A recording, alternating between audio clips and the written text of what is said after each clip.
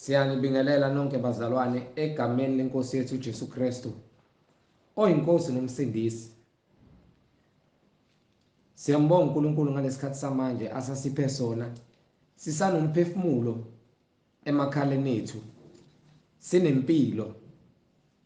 Sizovula ngomkhuleko bazalwane. Baba egameni lenkosi yethu uJesu Kristu oyinkosi nomsindisi empilweni zethu. Siyakubonga uNkulunkulu onamandla, wena ongaphezulu kwakho konke, owadala izulu nomhlaba. Siyalibonga izwi lakho eladala yonke into ephakathi emhlabeni. Izwi lakho njengamanje Nkosi elinamandla okulungisa umuntu olilalele, limqondise limbuyisele endleleni le wena Nkosi ofisa ahambe ngayo, ukuthi sikwazi wena Jehova sihambe ngemiyalelo yakho nangeyimiso zakho, njengoba wabatshela na ukhokho bethu esikhathini sasemandulo sokuba bagcine imiyalelo yakho nezimiso zakho kuze konke kuyoba kuhle empilweni zabo. Lawo mazwi Nkosi asaphila, lawo mazwi amile ayisekelo sezimpilo zethu. Walobe moya ongcwele ahlale ezibhebheni zenhliziyweni zethu, singabheki ngakosokunxele noma ngosokudla, kodwa sikwesabe Jehova, sihambe ngezimiso zakho nangeziyalelo zakho, sifundise nabantwana bethu nabantwana babantwana bethu. Singaphendukeli Baba kwesokudla noma kwesokunene, kepha sihambe wena uyisibani sezimpilo zethu. Siyacela Nkosi egameni lenkosi yethu uJesu Kristu oyinkosi nomsindisi.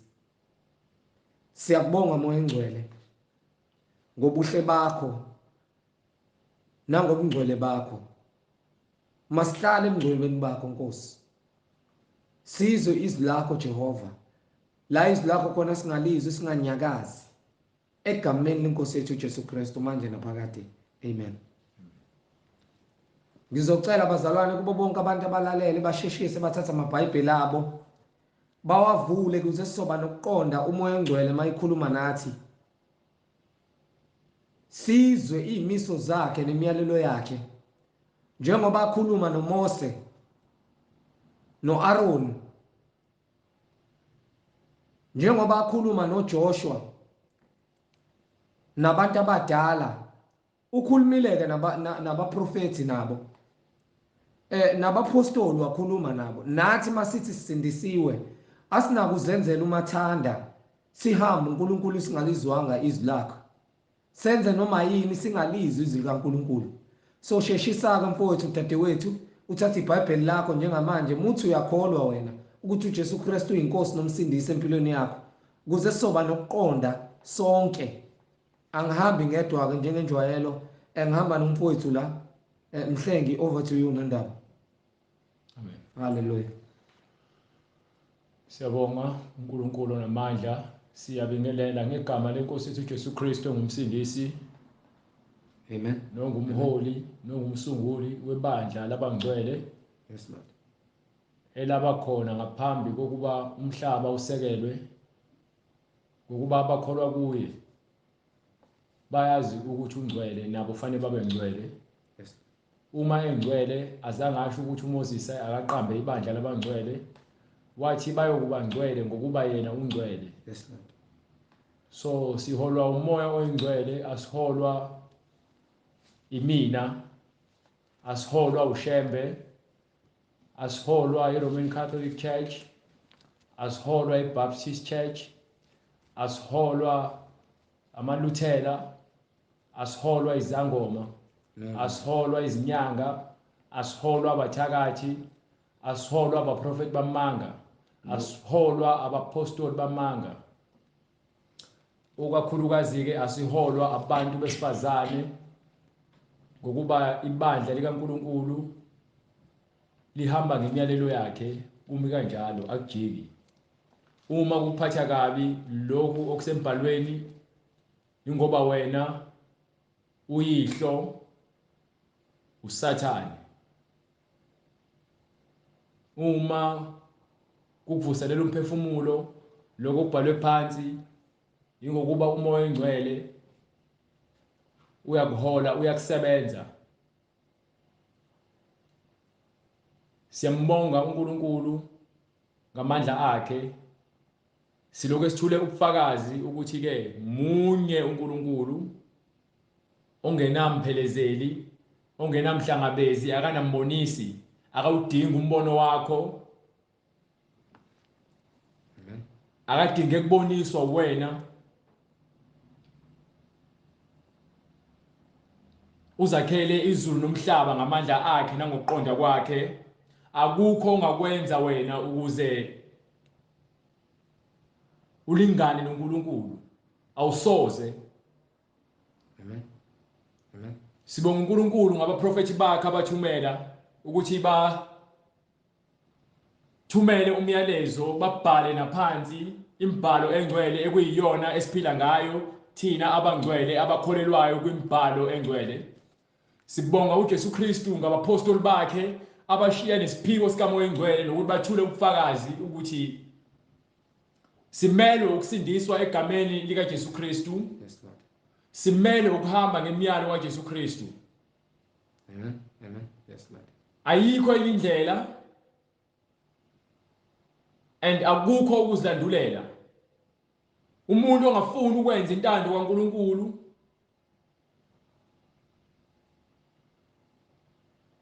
uzivulela indlela esihogweni, uyesihogweni ngamalengiso. Akukho ukuya ngaka left noma ngaka right. Indlela incane iqondile, ihanjwa abangcwele. Akungeni lutho olungcolile. Uma umbhalo uthi alingeni lutho olungcolile, umile kanjalo umbhalo awushintshi. Akungeni lutho olungcolile. Ihanjwa abangcwele, abamsulwa, abalandela imfundiso engcwele. So uma wena nomqondo mhlawumbe ukutshela ukuthi wena noNkulunkulu nabangani, ingakho uhleli ufeba, uphuza, uthakatha, utshontsha, uqamba amanga, udakwa, uphinga, uprofetha ngamanzi, uprofetha ngeziwasho nangeyintambo, uyazikhohlisa. Wena uyesihogweni. Uma ungayi ezulwini uyesihogweni. Uma ungayenzi intando kaNkulunkulu noma imiyalo yakho ungayigcini noma umthetho wakho ungahambi ngawo, wena uyesihogweni. Awunakuzilandulela. Asinandaba noma ngabe unenkani engakanani, kodwa ke thina siholwa imibhalo, sikholwa ukubhalwe phansi. Njengoba kunjalo asikujiki. Uma wena uphikisana nemibhalo wenza intando yakho, and intando yakho iyona leyenza ukuthi uholwe inkanuko zenyama, wenze into uNkulunkulu angayifuni. Incwadi kaIsaiah chapter 3 verse 12.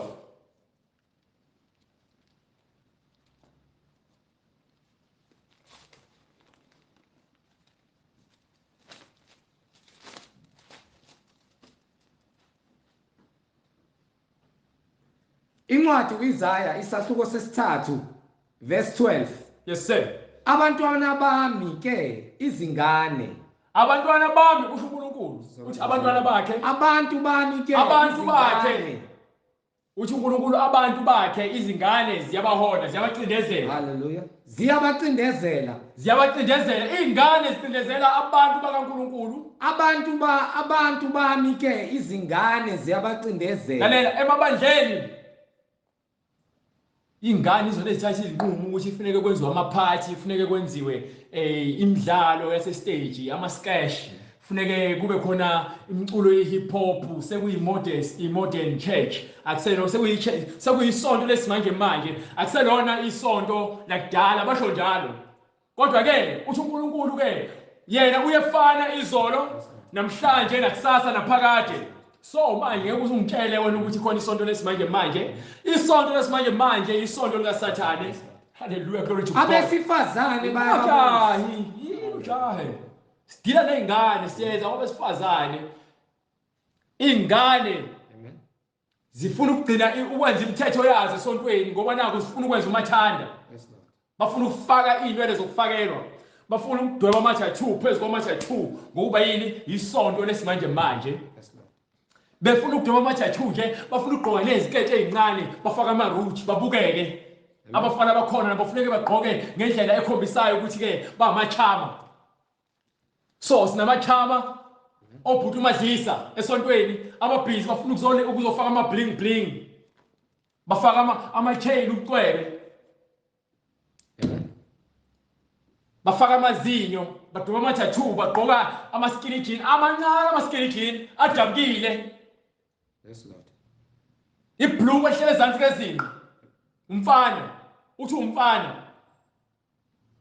Awuyena umfana wena? No. Umahosha womfana. Wena umuntu wesifazane.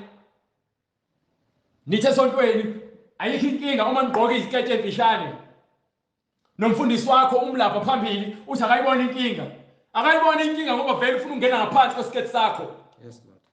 Niholwa isikhohlakali. Kodwa uma umfundisi kaNkulunkulu uzokutshela ukuthi ke fihla umzimba wakho oyihlazo. Ngokuba uAdam noEva babonile bazifihla sebabona ukuthi banqunu. So yini nina abantu besimanje nabamasontweni esimanje amahlathi sekulula nje ukuthi nihambe nqunu. Ngoba yini nilahlekelwe isimilo, nilahlekelwe ukumesaba uNkulunkulu. Niholwa abafundisi abayizinja. Amen. Nilahlekelwe ukukholwa, anikwazi yini ukukholwa. Nikonke esontweni ukugcina icala. Nishintsha imiyalelo kaNkulunkulu niyenza into ethandwa yinina. Ingakho incwadi ikhala ithi ke abantu bami ziyabacindezela izingane. Yes Lord. Yes Lord. Abantu bami ke izingane ziyabacindezela. Eyiphi le mfundiso le eniqhamuka nayo? Nithatha iliphi eBhayibheli? Ngoba phela iBhayibheli lithi umuntu wesifazane angaluki, ahlobise inwele, angafaki amacici, angafaki ubucwebe. Engafaki ubucwebe nje, angapenda ubuso ngoba ke uJezebel isifebe esenza njalo. Sipenda ubuso baso, silungisa izinwele. Yes. Kuthiwa ningagqoki impahla ezibizayo nezibukhazikhazi. Kodwa nigqoke ngendlela ehloniphekile, nihlobiseke. Mase kuzoba worse. Ithini verse elandelayo? Of worse nakho konke. Hallelujah.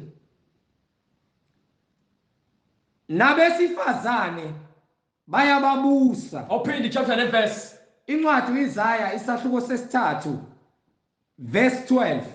From ukucindezelwa ingane umfundisi kade ubishop oqondile. Yes Lord. Ingane zakhe ngokuthi ke zifuna ukufana nezwe. Akasakwazi ukubeka umthetho oqondile esontweni. Amen. Ngokuba ingane yakhe ifuna ukugqoka isiqephe, ifuna ukugqoka ibhlukwe njengezwe. Kodwa iBhayibheli lisho kahle lithi ke uma umuntu wesifazane egqokiswa umuntu wesilisa kuyisinengiso. Yes Lord. Uma umuntu wesilisa egqokiswa umuntu wesifazane kuyisinengiso. Wena uthi umbishop esontweni usuvumele ukuthi kubika amathanda nobani wezinto ayithandayo. Nithi nisindisiwe. Ansindisiwe, nilahliwe. Yes Lord. Nilahliwe, nilahlekile.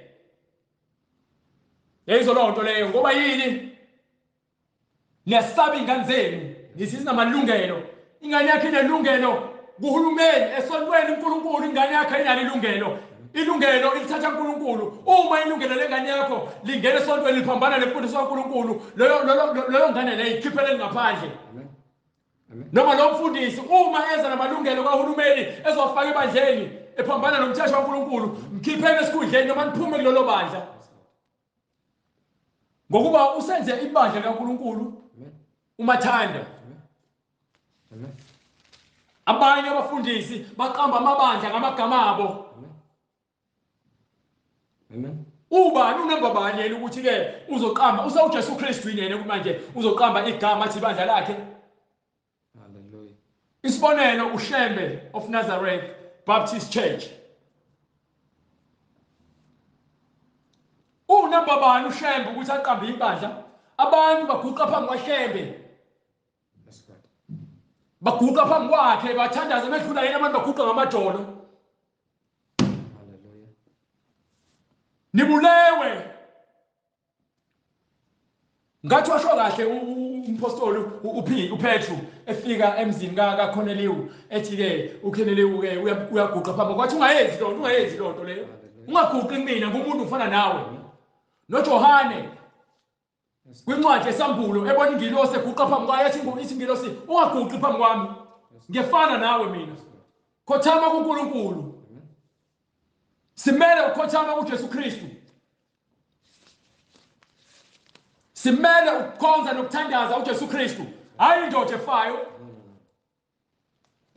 Hayi indoda edalwe njengami ezofa ibone ehlabathini. Abantu besifazane bayanibuse emabandleni. Bayashumayela. Bathi you are justified. Hallelujah, glory to God. Ngokuba yini ukwambuleleka akukho. Asesiqala sithola imbhalo ithini imbhalo kwincwadi yaGenesis chapter 3 from verse 1. Siza ukuthi kwenzakalani eqaleni. Njengoba namanje abantu besifazane abangafuni ukuzithoba besaluthekile. Baluthekile. Incwadi uGenesis isahluko sesithathu kwivesi lokuqala. Yebo. Inyoka ayinobuqili kunazo zonke izilwane zasendle. Inyoka inobuqili ngaphezulu zonke izilwane zasendle abezenzile uJehova uNkulunkulu azenzile. Hallelujah. Yathi kowesifazane. No, yathi kowesilisa. Yathi kowesifazane. No, awufundi kahle awuboni kahle kubhala ukuthi lapha kubhala ukuthi yathi kowesilisa. Yathi kowesifazane. Yathi inyoka yakhuluma kumuntu wesifazane inyoka enobuqili. Njengoba namanje labo bantu besifazane abangafuni ukulalela umyalelo kaNkulunkulu. Hallelujah. Lo moya lo wobuqili uyababulala and uyababusa. And njengoba babusa nje bafuna ukungena ngenkani usathana ungena ngenkani emasibandleni ungena ngenkani emasontweni ekhona amadoda elengisile izintshebe zawo mahala athobe abantu besifazane uyinhloko ekhaya umsile esontweni yathi inhloko esontweni usathane obusa unkosikazi wakho. Ngikhona indoda ekhaya uma uweak ukuthi ungakwazi ukutshela umuntu wesifazane noma umkakho ukuthi akaphume kupulpit. Awindoda yalutho wena usiyoyoyo. Akukho ukumesaba uNkulunkulu. Uweak. Hallelujah, uweak. Akukho ube indoda. Amen. Uweak. Amen. Nibuso abantu besifazane emasontweni ni weak. Alikho leyodwa incwadi ethi umuntu wesifazane akame phambi kwamadoda esontweni afundise abumama umshumayeli noma umbishophi lokho amanyala imfundiso kaSathane. Yeyizwa lonto leyo. Ongiqhubekisele ngale. Abantu besifazane bayabusa emasontweni ngokuba ni weak. Angikhathali ukubashumayela bathini noma ngabe kuthiwa ke bashumayela uzwe ngathi unovuka umoya anginandaba. Asimfundi phambi kwepulpit. Yes Lord. Hallelujah. Asimdingi phambi kwepulpit umuntu wesifazane. Amen. Fanele hlale phansi abamba umthetho. Yes Lord. Yathini inyoka? Hallelujah. Inyoka yafika kumuntu wesifazane ayifikanga kuAdamu ayifikanga kumuntu wesilisa. Yathi kowesifazane ngempela uNkulunkulu ushilo yini ukuthi ningadli emithini yasensimini na. Inyoka yabuza umuntu wesifazane ebuzanga uAdamu. Nakhona futhi umuntu wesifazane akadalwanga kuqala. Umthetho wanikwa lo owadalwa kuqala. Yena ngokukhula ukuzithoba ufuna ukuzenza inhloko yomuzi. Ingakho imizi eminingi ifa. Ingakho imizi eminingi iphelile. Yini nibuso abantu besifazane. Indaba zika 50-50. 50-50 lezweni ebandleni kaNkulunkulu. Ithi incwadi ke umuntu wesifazane makathobele indoda yakhe njengoba ethobela uNkulunkulu. Uma engathobeli uNkulunkulu uzobonakala ukuthi afuna ukushumayela esontweni. Uzothobela kanjani indoda yakhe? Ngoba uzibona ngathi elingana nendoda yena. Uthi 50-50. Ayikho lonto le ebandleni kaKristu. Wena ubuso umoya kaSathane. uzofela emanyaleni nebandla lakho lelawo lamadoda wabaholayo ayiyoyoyo ayithingthing ayizivula abantu besifazane bancindezela ngenxa yokuthi nina ni weak. Inyoka yafika umuntu wesifazane yafika yamlutha njengoba namanje usathane sabalutha abantu besifazane ubenza babe weak. Uyabancindezela abantu besifazane ukuthi bacindezele nina abantu besilisa. Yathi kowesifazane ngempela uNkulunkulu ushilo yini ukuthi ningadli emthini yasensimini na? Simele ukuthi thina siphike ukulingwa. Simele siphike ukulingwa. Ngokuba ke ngesikhathi ifika inyoka yayingezanga ukuzokwenza umngani. No. Yayingezanga ukuzokwenza ubulungiswa. Abalokubulala. Izobulala inyoka. Usathana umsebenzi wakhe ukubulala. Do you understand? So uma ke ifika inyoka itshela umfazane ukuthi ke imbuzo ukuthi ke uqinisele kuyiqiniso ukuthi uNkulunkulu ungasidli isithelo. Owesifazane wathi enyokeni singadla izithelo zemithi yasensimini kepha ngezithelo zomuthi ophakathi nensimu uNkulunkulu ushilo ukuthi ningazidli. uNkulunkulu uqedile uNkulunkulu ukhulumile oshimelele ukuthi ningathinti. Ukhulumile uNkulunkulu ukuthi ke ningathinti. Nikadla yonke imithi kodwa lona ningawuthinti. Ukhulumile uNkulunkulu uqedile. Kuzofika into edaliwe uNkulunkulu izokhohlisa umuntu odaliwe uNkulunkulu. Njengoba namanje abantu bekholwa yinto edaliwe uNkulunkulu abafuni ukukholwa uNkulunkulu. Umuntu wesifazane wabeka indlebe enyokeni ukuthi iqhubeke imkhohlise. Waqhubeka umuntu wesifazane ukuthi abeke indlebe kumoya omubi osenyokeni. Akuzange kuphele kamnandi. Akuzange kugcine kumnandi ukuthi ke inyoka ithi hayi ke kulungile ngoba uthe uNkulunkulu ningasidli lesithelo kulungile ke ningasidli uNkulunkulu ukhulume kahle ayisengiyahamba. Ayizange yenze njalo inyoka. Yayifuna ithuba lokuyisa umuntu ngokuba lo moya omubi okuyona ukhishiwe ezulwini. Moya kaSathane ukhishiwe ezulwini. USathane akanayo indawo ezulwini. Afunyanelwanga indawo. So uzonwisa nani emhlabeni njengoba ethunyelwe emhlabeni uzonwisa ukuthi ningakwazi ukuphinde nibone uNkulunkulu. Umoya omubi oSathane ufakile kubantu. Wafaka abantu besilisa, wafaka abantu besifazane, wafaka einganeni, wafaka kwabusi bezwe. uSathane uyababusa abantu. Kodwa manje akuyona intando kaNkulunkulu ukuthi thina sigcwale uSathane. Kusukela ngaseqaleni uNkulunkulu ukuthi ke ngaphambi kokusekela kwezwe wafuna abantwana bakhe babe ngcwele. So uma esho njalo uNkulunkulu ethi abantwana bakhe ufuna babe ngcwele wakhombisa lokho wakugcwalisa ngokuthi ke athi besadalile uAdam amtshela ukuthi Adam ungadla la udle la ungathindi la ukhombisa ukumthanda. Ngokuba uma udla la uyofana ukufa ngoba wesofana nathi. Yebo sokwazi ukuhlukanisa phakathi kokuhle nokubi. Amen. Hallelujah. So uma sokwazi ukuhlukanisa phakathi kokuhle nokubi sekuzomela ulwe manje sekuzoba khona impi yokuthi wena ke sozokwazi ukuthi manje njengoba sokwazi ukuhlukanisa sozomela ukwazi ukuthatha isinqumo sokuthi wena ufuna ukuba muhle noma ufuna ukuba mubi. Kodwa uma ulalela izwi lami uligcina ungayenzi into ephambene nezwi lami uyakwazi ukuhle kuphela. Akuphelanga kanjalo. Ingakho ebisifika inyoka yakhuluma nomuntu wesifazane. kepha ngezithelo zomuthi ophakathi nensimu kepha nezithelo eziphakathi nomuthi esiphakathi nensimu uNkulunkulu ushilo ukuthi uthe uNkulunkulu ningazithinti uthe uNkulunkulu ningazithinti ushilo uNkulunkulu uqedile uNkulunkulu uthe izithelo ezifana nendawo singathinti ukuba ningafi ukuze singafi. Understand? Singathintwa. Yes Lord. Inyoka yathi kowesifazane inyoka yasithi kumuntu wesifazane aniyukufa nokufa. Yayizolondo yeke vele ngeke sife ngenyama. No. Ngeke size sife ngenyama kodwa ke ngomphefumulo sizofa. Yes Lord. Ngokuba sesiphula umyalelo kamoya oyingcwele onokuhlakani sifuna ukwenza intando yenyama.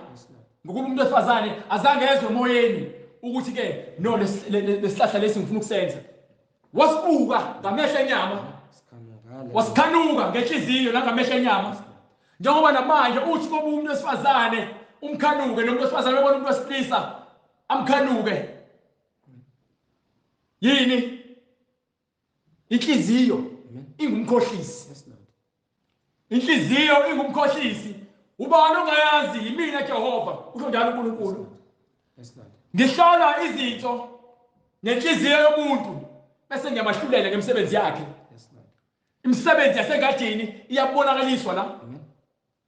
Imisebenzi yasengadini iyavezwa la ukuthi ke umuntu waphuma endleleni wamhlulela uNkulunkulu. Ngokuba uthe besezwile uSathane ukuthi umfazane uyamxoxisa indaba ukuthi ngifuna ukuxoxa nawe uSathane uyamazi uSathane ukuthi uzokhohlisa. Kodwa manje ufuna ukumnika ithuba njengoba enza uJesu Kristu esentabeni. Wenza uJesu Kristu esentabeni kodwa uJesu Kristu akamnikanga indawo wamnika umyalelo wama ezwini uJesu Kristu likamoya oyingcwele.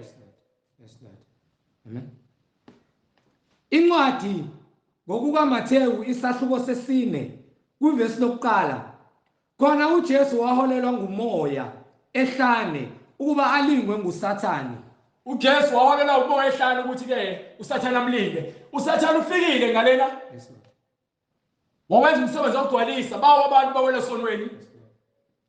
Manje na ke uJesu uthunyiwe uNkulunkulu uyindodana inyama uNkulunkulu ahleli kuyona indodana yakhe uzoyisebenzisa njengoba iholela kuphi ehlane ukuthi yolingo uSathane khona ezobuya sikhombise ukusitshengisa ukuthi ke singamnqoba uSathane.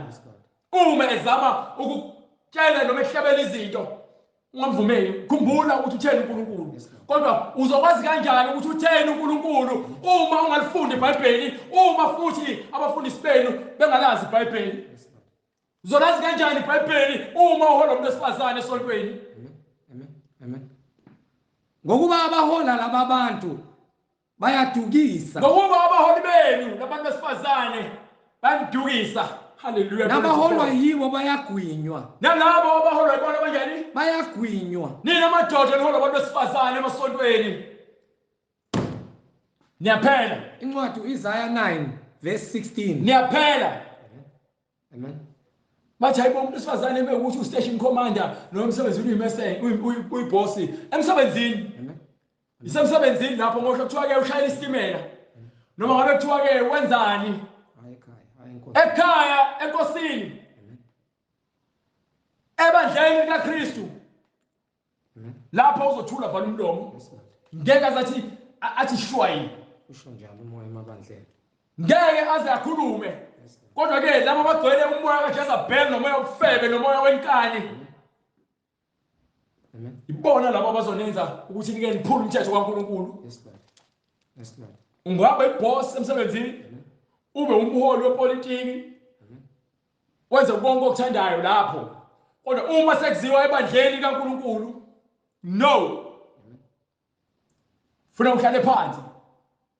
Ngokuba ke ithi incwadi incwadi kaGenesis. Hallelujah. Incwadi uGenesis isahluko sesithathu verse 4. Inyoka yathi kowesifazane aniyukufa nokufa. Uma nidla lesithelo losifazane ngeke nize nife. kepha uNkulunkulu uyazi ukuthi mhla nizidla kepha uNkulunkulu uyazi ukuthi mhla nidla la kulesithelo kuyakuvuleka amehlo enu ayovuleka. Yayizwa lonto leyo. So uyamlutha manje ukuthi umuntu wesifazane afise ukuvulekelwa amehlo nibe njengoNkulunkulu ngoba uNkulunkulu wazi konke. nikwazi okuhle nokubi. uNkulunkulu wazi konke, wakwazi okuhle nokubi before akho umuntu. Ingakho ambekela umyalo ukuthi ke landela imiyalo yami, enza lokhu ungakwenzi lokhu. So ngeke ukuthi inyoka itheke niyovuleka amehlo.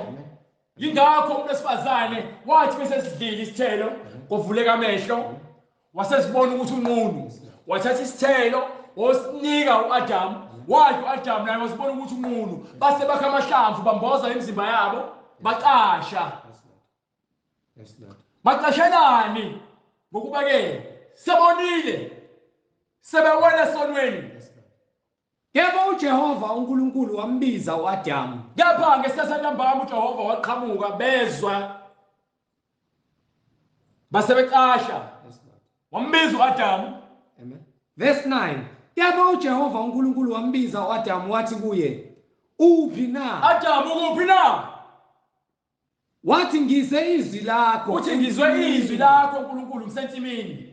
Ngesaba ngokuba ngihambaze. Sebonile. Ngalokho ngaqasha. Yezwa lonto leyo. Hallelujah. Ngithe ngizwe izwi lakho Nkosi, ngase ngaqasha.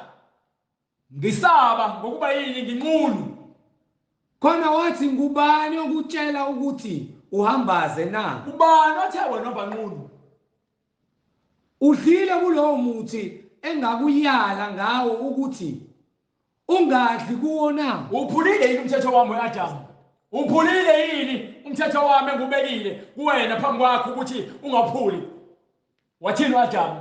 Adam wathi owesifazane. Uthini? Owesifazane. Adam uthini? Owesifazane. Uthi akashongo ukuthi hayi Nkosi ngithatha isithelo ngasidla. Uthini? Owesifazane. Ongipha yena. Owesifazane ongipha yena. Owesifazane owanginika yena uNkulunkulu. Amen. Ukuba abe nami. Lo omlethile ukuthi azoba nami. Unginikile kuwo umuthi. Usenzeni? Unginikile kuwo umuthi. Njengoba namanje amandleni amadoda hola abantu besifazane ngokuba yini ke? Unginikile kuwo umuthi. Ubanika umuthi umuntu wesifazane ukuthi bafe bafele sonweni, baqhubeka baba worse. Hallelujah, glory to God. Niyafa mfana amanyaleni. Amen. Nibulawa abantu besifazane abaniholayo emabandleni. Yes Lord.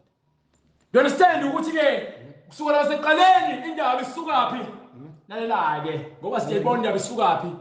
Nabesifazane bababusa. Abesifazane bayababusa. Hallelujah. Isho njalo incwadi kaIsaiah chapter 3 verse 12. Verse 12. Yes. Abesifazane bayababusa. Babusa abantu ababahola abantu ababadleni. Yenzwa lonto leyo. Lalela. Hambe incwadi yaTimothy. Yokuqala chapter 2. Incwadi yokuqala kaTimothy chapter 2 from verse 12 or 13. Hallelujah. Amen. Incwadi yokuqala kuTimothy. Yes sir. uTimotheo. Incwadi yokuqala kuTimotheo. Yes sir. Isahluko sesibili verse 11. Incwadi yokuqala kaTimotheo isahluko sesibili ngifuna uverse starting from verse 9. Hallelujah. From verse 9. Yes sir. Ngokunjalo nabesifazane mabagqoke izingubo ezifaneleyo. Into yokuqala nje umuntu wesifazane kufanele bahlonipheke. Ebandleni likaKristu umuntu wesifazane kufanele ahlonipheke. Mabagqoke izingubo ezifaneleyo. Abagqoke izingubo, bangagqoki iziqephe, bangagqoki amabhlukwe. Ithi ashonke bagqoka amabhlukwe. Mabagqoke izingubo ezifaneleyo. Mabagqoke izingubo.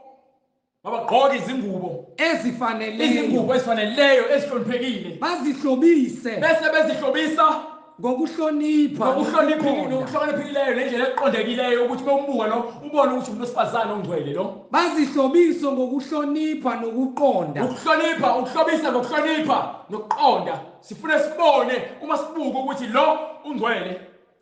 Singabuki umuntu othi ungcwele kodwa manje besibuka sibuka isifebe, sibuka umahosha athi ungcwele. Kungabi ngezinwele ezalukiweyo. Uzoma phambi kwepulpit, ugqoka ibhlukwe, uphula umthetho kaNkulunkulu uma phambi kwepulpit, upenda umlomo, ikhanda lakhe liboziwe, ufake inwele zokufakelwa, ufake obhuti ingqwebe, amadoda ahleli lapha yavuza amathe lokubuka losifazane. Amen. Omunye upulpit. Amen. Ngoba bagwinyiwe ungazi. Ithi incwadi umuntu wesifazane makagqoke ngokuhloniphileyo. Yes, Lord. Yes, Lord. Hallelujah. Kungabi Njalo abesifazane mabagqoke izingubo ezifaneleyo, gqoka ingubo efaneleyo. bazihloniphe, bazihlobise ngokuhlonipha. Isiketi sakho why singaphezulu kwamadolo? Uhlala lapha esontweni unokuneka imilenze loku ushayisa amathanga phambi komfundisi. Yes, Lord. Amen. Ugqoka ingubo. Amen. Singabonakala amahlombe akhe esontweni nomhlano wakho. Uzimbove bonakala ukuthi wena ugqoka ukuqonda nangendlela ehloniphekileyo. Amen. Amen. Amen. Do you understand? Yes, Lord. Yes, Lord. Okokuqala lokho yini? Kungabi ngezinwele ezalukiweyo. Inwele zakho angabi inwele ezalukiweyo, angabi inwele zokufakelwa. Angabi inwele ezilukiweyo, angabi inwele zokufakelwa. Kubhole phansi sikhona okubhaliwe uma kukuthi uhlele esontweni bathi luka lamakhanda nifaka amasingili nenze i-straight back niluka inwele nifake nenwele zokufakelwa nihlele esontweni likaSathane. Yes, Lord. Incwadi yokuqala kumpostoli, incwadi yokuqala yompostoli uPauli kuTimothy, isahluko sesibili verse 9. Ngokunjalo nabesifazane mabagqoke izingubo ezifaneleyo, bazihlobise ngokuhlonipha nokuqonda, kungabi ngezinwele ezalukiweyo nangegolide, ngafaka umcwebe nangamaphareli, ningafaki izinto ezibizayo nomcwebe, nangezambatho ezinemali eningi, ningafaki ingubo ezibizayo. Akubalulekile ukuthi ugqoka kabani, uthi ugqoka oGucci no Boss no Versace, akufunakala sinandaba nalokho. Akubalulekile. Yes, Lord. Yes, Lord. Yes, Lord. Kepha njengokufanele abesifazane abashoyo ukuthi besaba uNkulunkulu, Makube njengokuba abesifazane abashoyo ukuthi bona basaba bani? uNkulunkulu, Besaba uNkulunkulu. bahlobe So lalela, awusabi umfundisi, awusabi mina. Uma ngishumayela levangeli ngishumayeleni ukuthi usabe mina. Hayi ukuthi uzogqoka kahle noma ugqoke nje ehloniphekile mekukhona mina noma mekukhona mina kushumayela mina, kodwa uma sibuyele ekhaya uyogqokisa kwesikomahosha noma isifebe. Kepha njengokufanele abesifazane, Kepha uhambe emgaqweni uzobonakala ungcwele. Uye esikoleni ungcwele, uye emsebenzini ungcwele, uze esontweni ungcwele, uvakasha kamngani wakho ungcwele, ugqoke ngendlela ehloniphekile. Ngokuba-ke usaba uNkulunkulu, awusaba umhlengi. No. Yes, Lord. Do you understand? Yes, Amen. Amen. Amen. Kepha njengokufanele abesifazane abashoyo ukuthi besaba uNkulunkulu, bahlobe ngemisebenzi emihle. Imisebenzi emihle, hayi ngokugqoka impahla ezibizayo, hayi ngokugqoka amagolide namapharele neziqephe nokudeba ama-tattoo. Imisebenzi yokukhombisa ukuthi ungcwele. Amen. Amen. Hallelujah. Do you understand? Hallelujah. Owesifazane makafunde ukuthula. Umuntu wesifazane makafunde ini? Ukuthula So nokuthobeka. why wena umi ku-pulpit ushumayela uzibiza ngoba umvangeli? Lithini iBhayibheli? Owesifazane makafunde ukuthula. Owesifazane makafunde ukuthula. Nokuthobela konke. Makafunde ukuthula. Nokuthobela konke. Makafunde ukuthula. Hallelujah. Zokhombisa kanjani ukuthi umesaba uNkulunkulu ungakwazi ukuvala umlomo wakho? Uzokwenza kanjani lokho? Ukufunda ukuthobeka nokuthula. Uma umlomo wakho ungavaleki. Amen. Uzokwenza kanjani kanti kwaNkulunkulu?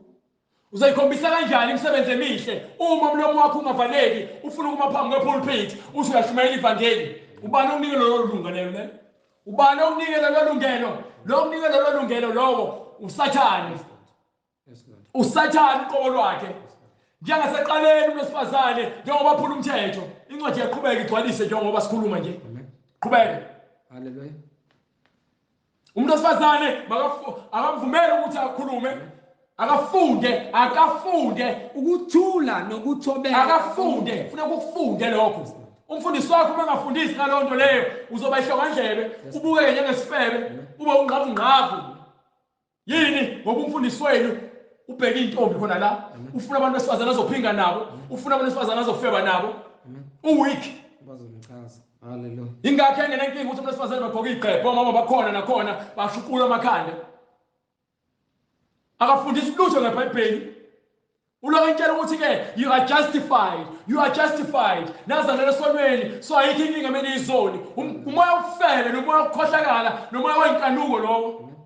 Hallelujah. Ngabe uJesu Kristu azositshela ukuthi ke phendukani. Kanti ushayela leli ivangelo kuphenduka mekuthiwa ke we are justified. Kusho ukuthi ke sihlale sina siphenduke. Abantu besifazane bayabahola abantu bami, bayabacindezela, bayabadukisa. Yes, Lord. Sho njalo iBhayibheli, niyadukiswa. Nihleli lapho niphiza ishayizandla. Hallelujah. Nivuke kanti khona into enizwayo, ningezwa lutho. Amen. Ngoba niyiwuna zamadoda. Amen. Niyiwuna zabalandeli. Amen. Oh bantu bami. Abaniholayo banidukisa. Abaniholayo banilahlekisa. Bachitha indlela yemikhondo yakho. Balahlekisa indlela yemikhondo kaNkulunkulu. Balahlekile. Yes, Lord. Ayikho enye into Yes, Lord. eniyenzayo esontweni ngaphandle ukuthi niloke nibulalana, niqhubeka nifakane esihogweni. Amen. Amen. Incwadi yokuqala kuTimothy isahluko sesibili. Incwadi yokuqala kuTimothy isahluko sesibili. Verse 12. Verse 12. Kepha ngimvumele owesifazane ukuba afundise. Owesifazane kufanele ahlale phansi esontweni. Afunde ukuthula nokuthobeka. Afunde. Uma engakwazi lokho akacela inkosi imsize. Amen. Uma kumhlula lokho ethi ke no yazi ngizwe nje ubaba ukhulume nami ukuthi ke mina ngashumayela ivangeli ungiphathisile, mase ayikho lonto leyo. Kufanele siprove ngeBhayibheli. Yes, Lord. Yebo le ncwadi oyifundayo kufanele size ukuthi uNkulunkulu uyakhuluma nomuntu wesifazane awuhambe kwincwadi chapter 2.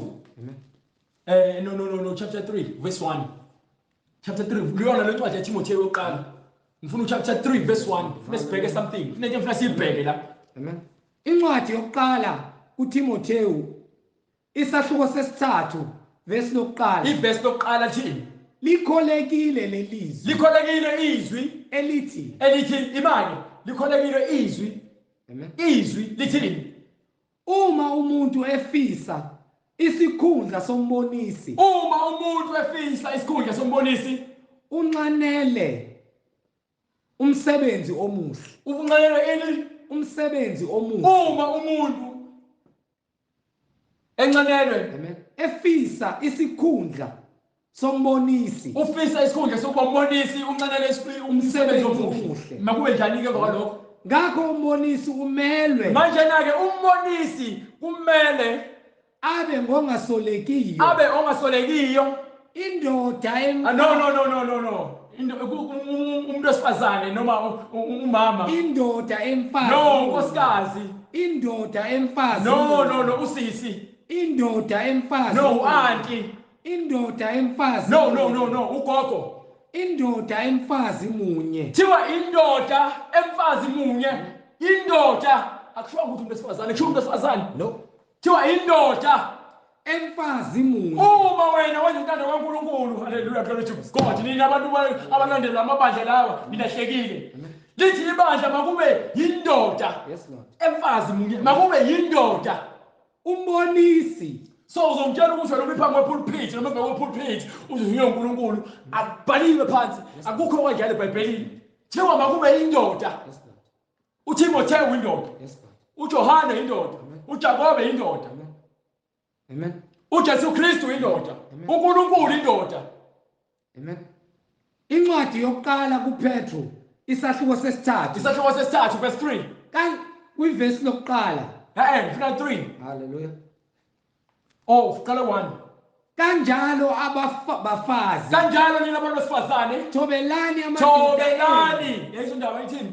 Thobelani amadoda enu. Thobelani. uma ungabazi uthobela indoda yakho uzomthobela kanjani uNkulunkulu ngokuba uzobonakala ngokuthi ufuna uma kupulpit uthi uyo uNkulunkulu qamba amanga ubulawa umoya okufeba noSathane. Yes God. Ulahlekile udukisa abantu. Amen. Amen. Nendlela zokufakela kupulpit. Amen. Ngabe ufunda ukuthula nokuthobeka uhlale phansi. Amen. Amen. Kodwa singathini ngokuba nabaholi benu noma nabamadoda agcwele emasontweni ababishop ba weak. Yes God. Abana mgogodla bacaqelwa amadolo. Yes God. Amen. Do you understand? Buya ngale ncwadi yaTimothy siqedele. Yes Lord. Sahluko sesibili. From verse 14. Hallelujah. Incwadi yokuqala kuTimotheo isahluko sesibili. Yes sir. Verse 13. Yes sir. Hallelujah. Ngokuba uAdam, ngokuba umuntu wesifazane njengoba kuthiwa akathule. Amen. Ebandleni afunda ukuthobeka. Yes Lord. Ngokuba uAdam wabunjwa kuqala. Ingoba uAdam ilithi iBhayibheli ke wabunjwa kuqala. Emva kwalokho kwasekulandela uEva. Wadala uAdam uqali, mthe bese daliwe uAdam uqali ebhambeni lakhe kwasekukhishwa umuntu wesifazane. Wakhiwa umuntu wesifazane ngobhambo lukaAdam. Igama lakhe uEva. Yilo wakhohliswa inyoka. Kwathi uAdam ngokuba uAdam kakhohliswanga azange azakhohliswe. uAdam azange azakhohliswe. Kepha owesifazane, kepha yilo wesifazane wayenoAdam wathi ekhohlisiwe, wathi inyoka imluthile waphambuka. Njengoba namanje uSathane bahola bephambuka. Behola abantu besilisa, abantu besifazane, bahola abantu besilisa. Incwadi isho kahle ithi thobelani amadoda enu. Thobelani amadoda enu. Wena ufuna ukuba inhloko yomuzi. Kodwa manje ubuswa imoya yenkohliso. Ngokuba ufuna ukulandela imiyalelo kaNkulunkulu. Amen. Yeyizwa loo nto leyo. Aphinde futhi ayigcwalise le ncwadi le kwincwadi yokuqala kwaseKorinte. Yes God. Sahluko 11. Hallelujah. 1434 of 1434. Hallelujah. 1434. Yes sir. Incwadi yokuqala kwabaseKorinte verse 34. Abesifazane mabathule emabandleni. Abantu besifazane mabathule kuphi? Emabandleni. Abantu besifazane mabathule emabandleni. Emabandleni umuntu wesifazane akavala umlomo. Ngokuba akavunyelwe. Ngokuba akavunyelwe bakhulume. Ngokuba akavunyelwe. Hayi ukuthi mhlawumbe akavumele noma ke kunokwenzeka ukuthi kungenzeka kuba kuthiwa akavunyelwe. Umthetho lowo ubhalwe phansi eBhayibhelini. Uma ungumtshela ukuthi wena uyaphikisana nalokho ngoba uthi washo umpostoli Paul wena uyisibula. Ufuna ukwenza inkanuko ngoba naku umuntu wesifazane oshumayelayo ufuna ukulala naye. Uweak. Kepha mabazithobe. Ingoba lishumayezi abantu igospel yokuphenduka. Lishumeza abantu igospel yokubamotivate ukuthi ke bazothola imali bazobusiswa. uNkulunkulu nebabeke khona ke kusasa uzobakhuphula babeke kwenye position. Ukhohlakala lokho. Abantu bangaphenduka ezonweni beze uNkulunkulu nezimali ngoba bezanini bezonikelela ukuthi uNkulunkulu ababusise ukuze bathole imisebenzi, bathole ama-position ama-promotion emsebenzini. Kodwa ke babhizi bahlala ezonweni zabo bayafeba bayaphuza bayadakwa. Nifeba nabo. Nidakwa nabo utshwala nini kuma-pulpit nabo. Ni weak. Hallelujah. You understand? Umuntu wesifazane ithi iBhayibheli. Hallelujah. Abesifazane mabathule emabandleni. Besifazane akathule ebandleni.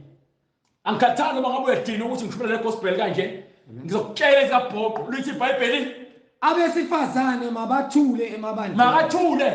Makathule ebandleni. Ngokuba akavunyelwe. Ngokuba akavunyelwe. Ukuba bakhulume. Abavunyelwe ukuba bakhulume. Abavunyelwe. Ngaphandle uma ezoprofetha.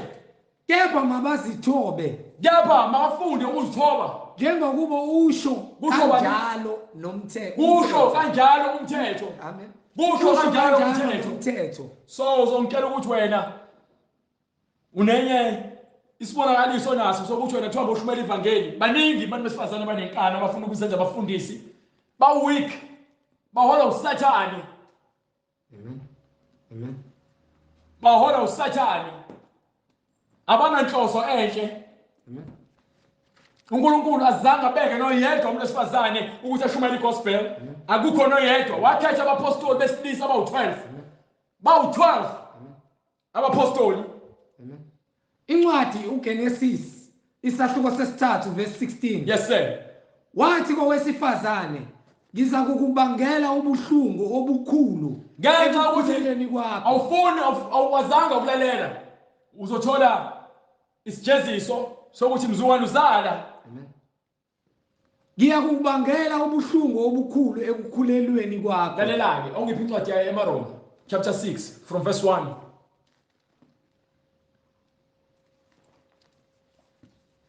Incwadi kwabaseRoma isahluko 6 verse 1. Yes sir. Ngakho siyakuthini na? Ithi incwadi ke ngakho siyakuthini na? Sihlale esonweni Sizoqhubeka sihlale yini esonweni ukuze kuvame umusa ukuze na? umusa ube mningi. Cha nakanye. Cha. Hallelujah, cha nakanye. So manje ngonketho wena you are justified ukuthi uhlale esonweni. No.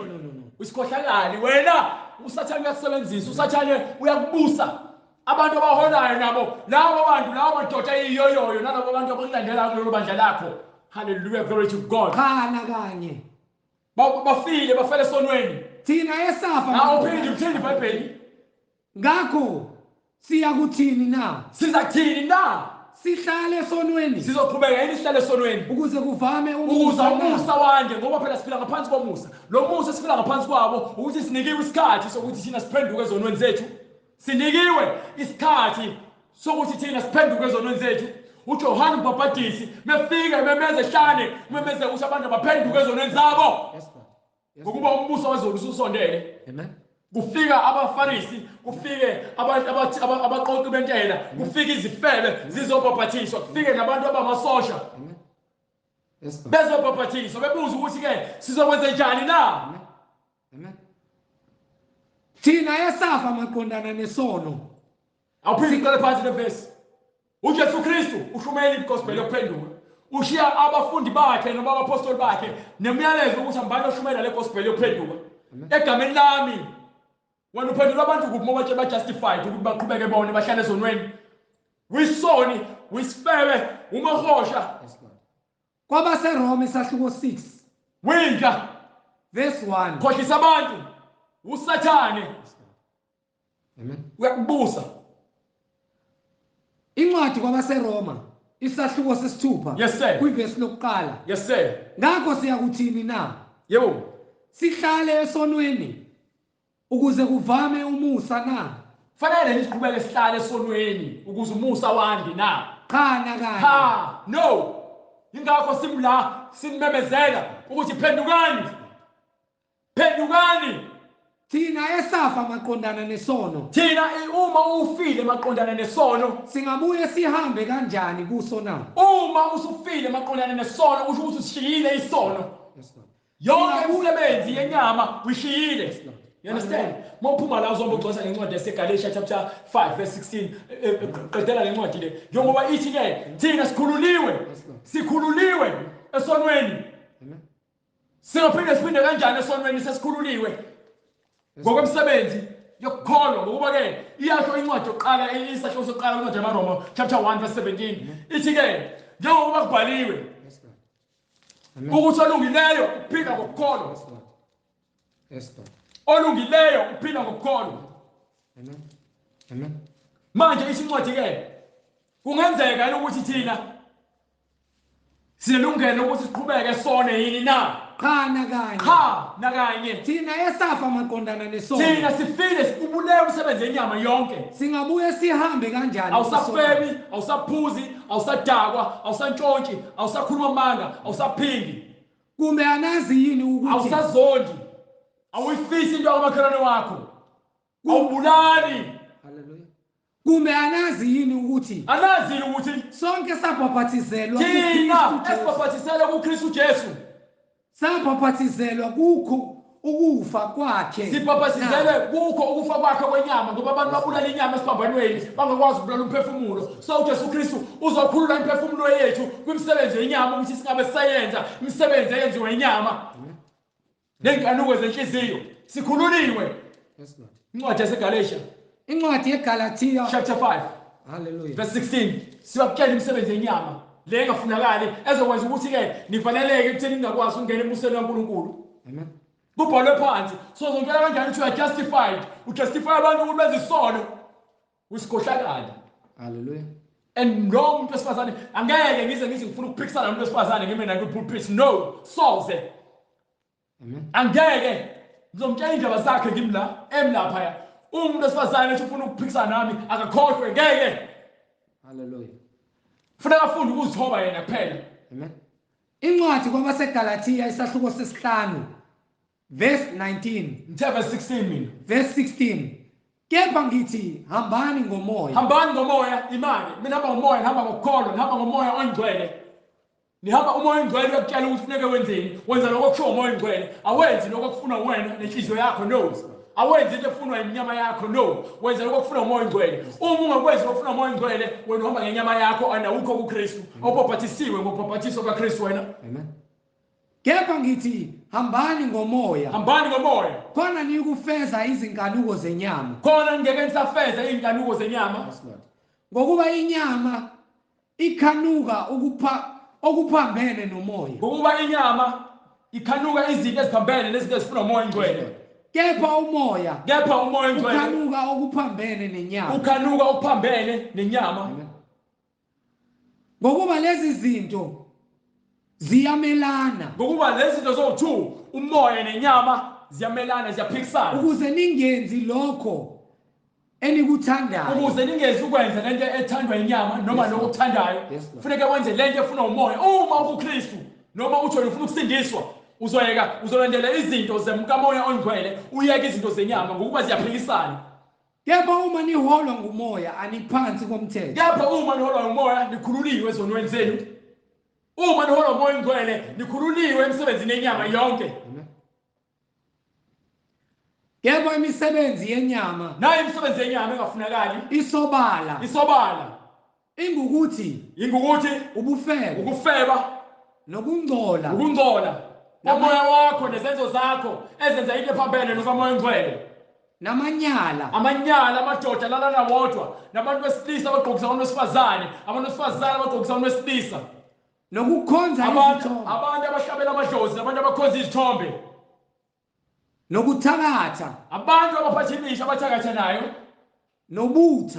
ubutha inzondo nokulwa udlame yebo nomona umona umhabholo nokuthukuthela nentukuthelo ukudinwa umuntu odinwa negospel ngoba uhola usathane nokubanga ukubabanga ikhundla umuntu esifazane ubanga usezonda abantu uhamba izinyanga uhamba ngabathakathi ngokuba ufuna ukuthi ke ashumayele ngenkani ebandleni uhamba izangoma nezinyanga nabathakathi athwale ukuze abe nebandla nokwalana nokafuna ukuzwana nokwahlukana amaqembu esontweni nomhawu umona nokudakwa badakwa utshwala ngithi badakwa nabafundisi babo benza nokuxokozela amaphathi esontweni kunomxokozelo ubuyaluyani khona yonke into engahambisani nomoya khona lezo zonke lezi zinto lezi kukhona ubuyaluyani umoya ongcwele awukho khona lapho umoya ongcwele uhlala endaweni engcolile nokunjalo engandulela ukunitshela ngakho nokunye ke akufuna ukukutshela ngawo afuna ukubatshela ngakho izona zinto lezi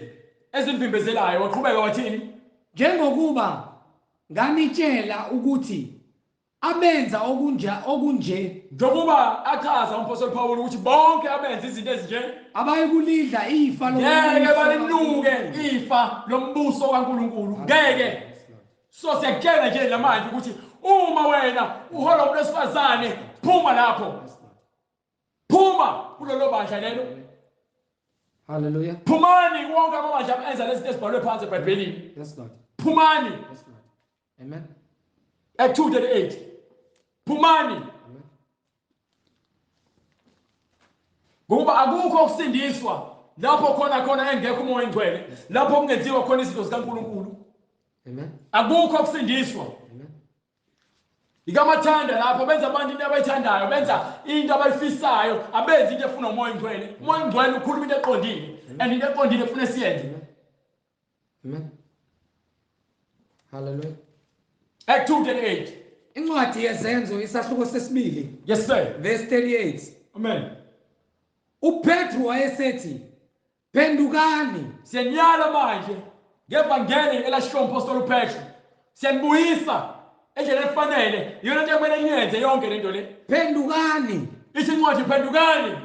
yilowo nalowo Yilowo nalowo abhaphathizwe kufanele abhabhathiswe. Ayemasontweni lithiwa phakamiseni izandla nigobisa amakhanda nivuma inkosi uJesu Kristu njengomsindisi uphele kanjalo. yilowo nalowo abhaphathiswe Kodwa niqhubeke nibe yizo nihlale khona lapho nifumbelane nicindezelane ngokuba nemoya engcolile. Phendukani.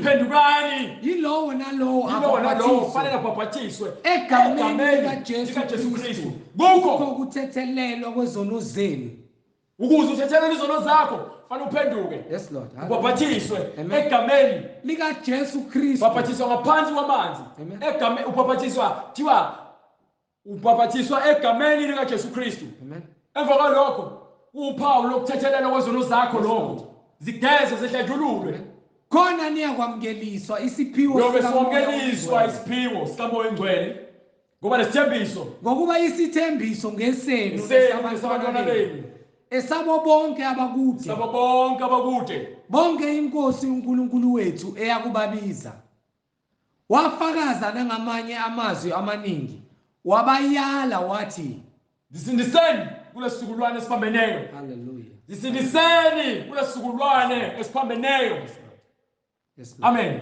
Hallelujah. Uyothi uma sofuna ukuphenduka noma uzizwe ukuthi ke kwendaweni wrong Hallelujah. sofuna nokubhabhathiswa noma unembuzo mayelana neBhayibheli Yes Lord. yobe sosithinta inamba soyishiya ne-email address soyishiya. Sine page la YouTube lapho esitholakala khona nentshumayelo futhi njengoba uyizwa nje. Uzoyishiya imininingwane uBright sicela usifanele ngomkhuleko. Baba egameni lenkosi yethu Jesu Kristu uNkulunkulu onamandla siyalibonga izwi lakho Baba. Abantu bakho Baba indlebe zabo seyivulekile sebelizwe izwi lakho abayinikele kuwe Nkosi uJesu ngoba naloyo ozizwi lakho wena umupha amandla Nkosi okuba kwazi ukuvuma izono zakhe abhaphathiswe egameni lakho Nkosi Yesu Jesu Kristu aphenduke athethelele izono zakhe angene emanzini abhaphathiswe. Siyawubonga umusa ongaka Baba kuba naloyo oqinisa ikhanda lakhe ibona laba Baba bebekiwe kuba balahlwe ngokuba lithe izwi liphumile kuzo zonke izikalo zomhlaba balinqaba baqinisa inhliziyo zabo njengesikhathi sikaNoah. Namanje bonke laba abadaza inkani abayitshela kungukuqonda kwabo kuba baphike lelizwi lakho Nkosi olikhiphile wena ngamandla kaMoya Ongcwele ukuba baliphike bafeza umbhalo Baba bafeza isiprofeto bafeza umbhalo nezwi lakho kodwa bonke laba abathambisa inhliziyo zabo ilaba wena Nkosi ovumile kube impilo zabo zibe ngumhlabathi ononileyo izwi lakho libe imbewu lingene ngaphakathi egameni lenkosi yethu Jesu Kristu. Siyawubonga umsebenzi wakho omuhle wena ongaphezulu kwakho konke. Mayenziwe ke intando yakho Nkosi empilweni zethu egameni lenkosi yethu Jesu Kristu manje naphakade. Amen. Amen. Bazalwane inamba soyishiya sheshisa uthatha ipeni 066 566 9245 ngizoyiphinda inamba 066 566 9245. Siyatholakala na ku-email bhala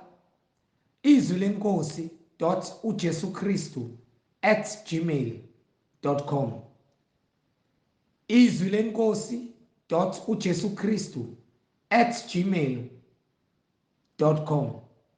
Siyatholakala na ku-YouTube izwi lenkosi uJesu Kristu. Siyatholakala na ku-YouTube izwi lenkosi uJesu Kristu. Siyatholakala ungasubscribe lapho ku-YouTube izwi lenkosi uJesu Kristu. Siyatholakala na ku-Instagram laba abano Instagram izwi lenkosi uJesu Kristu. izwi lenkosi uJesu Kristu. uJesu Kristu inkosi nomsindisi empilweni zethu manje naphakade. Amen. Amen. Amen. Sibonga umusa wenkosi. Siphinde sibone nokuzayo uma inkosi ivumile. Amen.